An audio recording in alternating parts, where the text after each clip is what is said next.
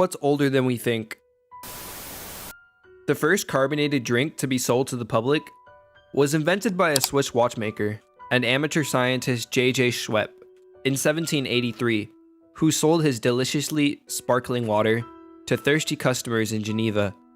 In just 7 years, he was doing business so fast that he moved the factory to London and introduced a new flavor, sparkling lemon, to stand out from competitors who were trying to imitate his drink. Another related fun fact, seltzer and spa are where the bubbly waters come from.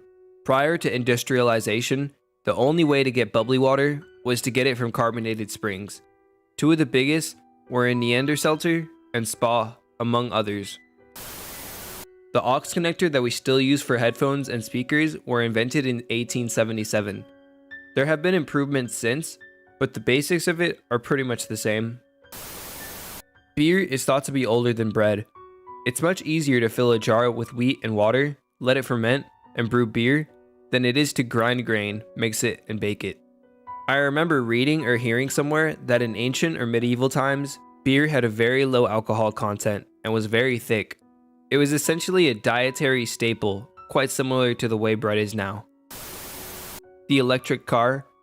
What is likely the first human-carrying electric vehicle with its own power source was tested along the Paris streets in April 1881 by French inventor Gustave Trouvé.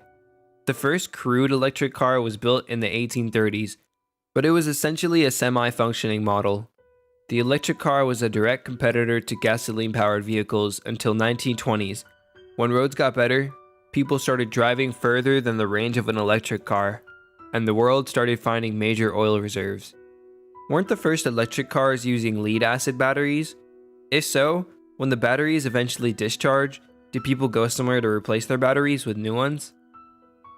There was even a Mr. Rogers' Neighborhood episode that featured an electric car, about the size of a golf cart, and they stated that electric cars would be the future. 40 years later, and they are still not quite affordable for most of us, although they are far more common now, and will probably become more so. Fax machines. They were invented in 1843, before the telephone. Came for this one. To put this in perspective, tumbleweeds aren't native to the American Southwest, but by a quirk of history, we know exactly which shipment of flax from Ukraine brought their seeds to the US in 1877. Commercial fax service has been around longer than tumbleweeds in the American Southwest. The ancient Romans, well, the wealthy ones, had central heating in their homes. You can actually still see the pipes in some of the buildings at Herculaneum. What I think is really cool about Herculaneum is that we're able to recover writings from the libraries there. The pyroclastic flow didn't turn the papyrus to ash. It preserved in a very damaged state, but thanks to lasers, we could see the words that were once visible on the pages. Touchscreens. We think they're one of the defining features of modern technology, since they only really got big in the late 2000s, early 2010s, but they were actually invented 55 years ago in 1965. It's kind of crazy to think about, but while most of our grandparents were getting rid of their black and white TVs, researchers already had touchscreen devices in the labs. It wasn't until the 80s that it really got good, but by 90s, it was easily sophisticated technology. In fact, Microsoft even had a Windows XP tablet out by 2001 that had seriously good finger/stylus recognition, but it didn't really pick up until smartphones became a thing a decade later. You could also consider the magnetic drawing board to be a touchscreen, since it more or less has a stylus and surface for you to draw on, but that was actually invented later than the touchscreen in 1974. Brain surgery. In 1997, archaeologists discovered an ancient tomb in the French village of Ensisheim from 5000 BC, which contained the decomposing body of a 50-year-old man, with holes in his skull. After a thorough examination, it was determined that the holes, located near the frontal lobe, was caused by a type of surgery, not forced trauma, and the operation appears to have been successful because the wounds healed before the patient's death. To this day, however, researchers cannot say for sure exactly what the surgery was trying to fix. This might have been trepanation, the deliberate practice of drilling a hole into the skull for medical reasons, like headaches, epilepsy, head trauma, mental disorders, letting out the evil spirits, etc. The oldest evidence of trepanning comes from the Neolithic period 12,000 years ago. The sentiment that modern society is degenerate and that the youth are to blame is, if I recall correctly, one of the oldest things we have written down that I can remember off the top of my head. Cato the Elder complained that the younger generations were becoming too Greek, and Socrates used to complain that the younger generations were ruining their brains by writing instead of memorizing information. There are far more older examples, but those are the oldest I remember. Maybe Socrates was onto something. One of the reasons I like ancient poetry is the fact that most of the people problems are basically still the same. We think our problems are new and unique to us, but 2, 3, 4,000 years ago, people wrote about stupid friends, coward coworkers, cheating assholes, and of course stupid stubborn old people, and reckless disrespectful young idiots. The name Tiffany. It dates back to the 12th century, and has actually led to a thing in writing called the Tiffany problem. Because you can have a well-researched historical novel that people just don't buy into because you named your 12th century peasant Tiffany. It sounds laughably anachronistic. The Tiffany problem makes me think of Shakespeare, the Merchant of Venice, and the name Jessica. He wanted the love interest, who was Jewish, to have a super exotic name, so he invented the name Jessica. The name has become so common since then that it's totally lost its effect. Similarly, the name Chad. There was at least one saint named Chad, but despite knowing this, I always used to giggle passing St. Chad's Anglican Church in Toronto. Astronomer here. The star HD 14283, also nicknamed Methuselah star, is about 200 light years away from us and looks nondescript. However, if we take its composition and compare it to our standard model of stellar evolution for other, better studied stars, the star's age pops out as 14.46 plus 0.8 billion years old. Let me remind you, the universe is thought to be about 13.8 billion years old, and we don't think we got the first stars until maybe 200 million years after that. Obviously, we do not think the Methuselah star is literally older than the universe, when it is more likely that we just don't understand stellar evolution for stars, like it, super well. However, it is exciting because it is undoubtedly a very old star, and we currently do not have any observation of what the first stars were like in the universe. Called it population 3 stars. It's thought they were larger than stars are today because there were no metals from stellar fusion to contaminate the hydrogen gas, and they'd thus only live a few million years tops. As such, it's very interesting to have a very old star relatively next door to us in the Milky Way. It will be really interesting in coming years if other very early stars are finally observed to figure out how old they are, and how they compare to this one. Light. It may only take 8 minutes for light to travel to Earth from surface of the sun, but the light bounces around inside the sun for over 10,000 years before it reaches the surface. I don't know if this counts, but dinosaurs lived on the Earth a lot longer than most people think. When you think of dinosaurs, you think of their extinction, but they roamed the Earth for 165 million years. Compared to that, our 6 million, and it's almost mind-boggling, at least in my opinion. What's even crazier to me is that for most people, in their minds, there was dinosaurs, extinction, cavemen, us, like we popped out of the ash and of the dinos, but in reality, there were about 58 million years between the dinosaurs dying and the first Homo sapiens appearing, where the world was mostly covered in extinct megafauna. Sure, dinosaurs are cool and all, but why does no one talk about the giant North American ground sloths, cave bears, and lions? There's literally tens of millions of years of interesting non-dinosaur species that some people just seem to not even know existed. Social media. Wealthy ancient Romans had a system where they used slaves as scribes and messengers in order to share gossip and art/poetry and news updates with friends in their social circle. If that doesn't count as social media, then in the late 1800s, all train telephone operators for trains were connected to each other by telephone. And if there were no trains coming, they could talk to each other as much as they wanted. Some people even fell in love with the operator on the other side of the phone and arranged an actual wedding across the other side of the country.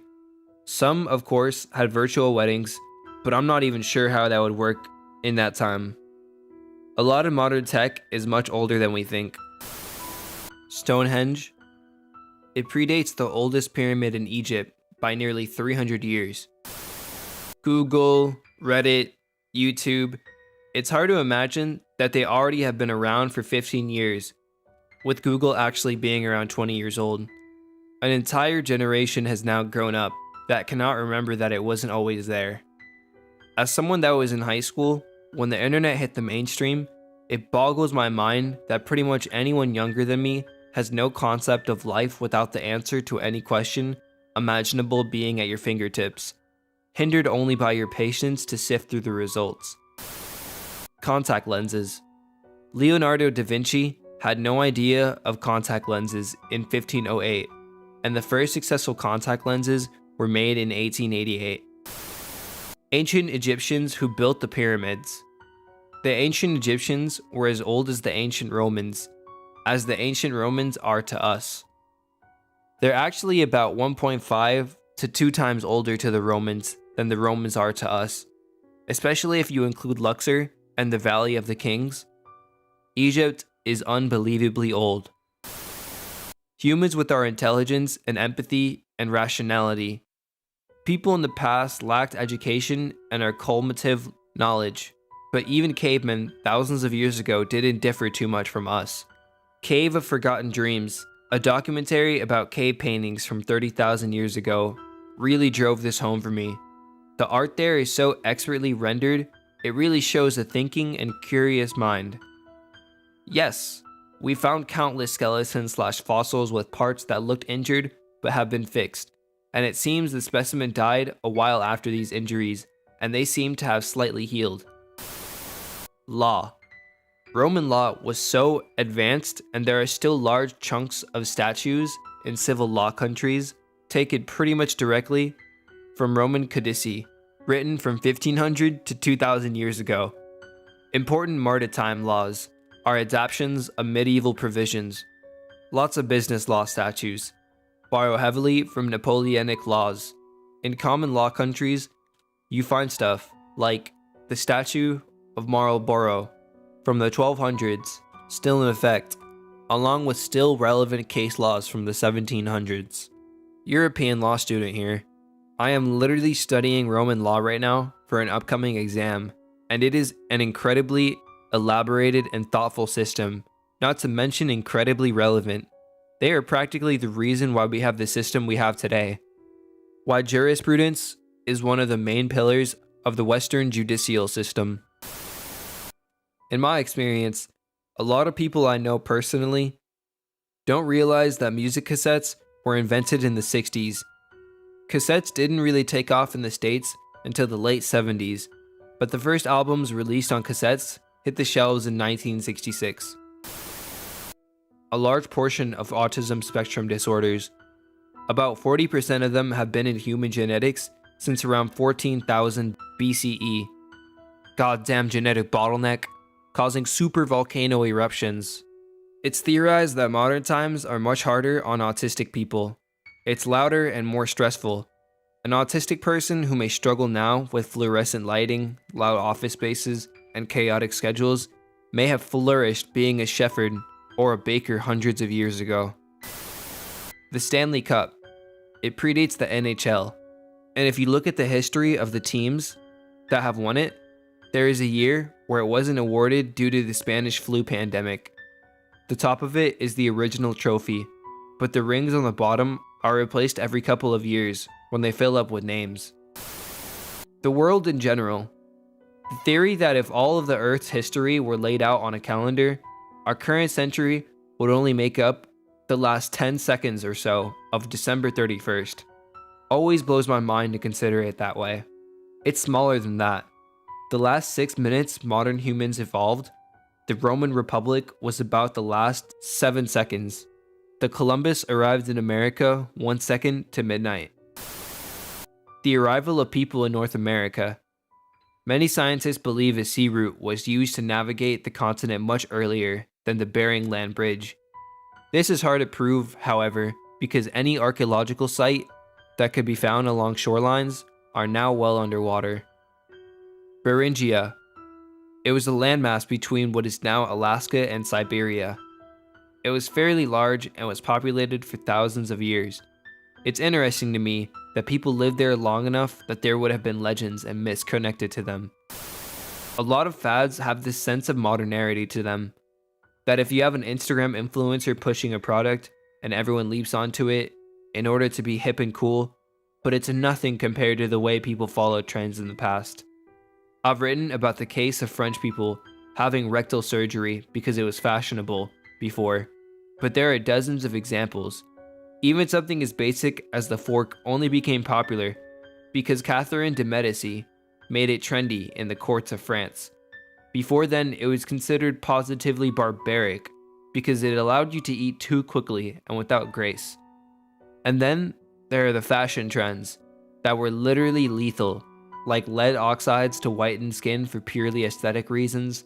After all, pale skin meant you weren't tanned, which was hard to pull off unless you were rich enough that you didn't have to work outside. You don't see a lot of pale farmers. And then you'd get what we'd call viral challenges today.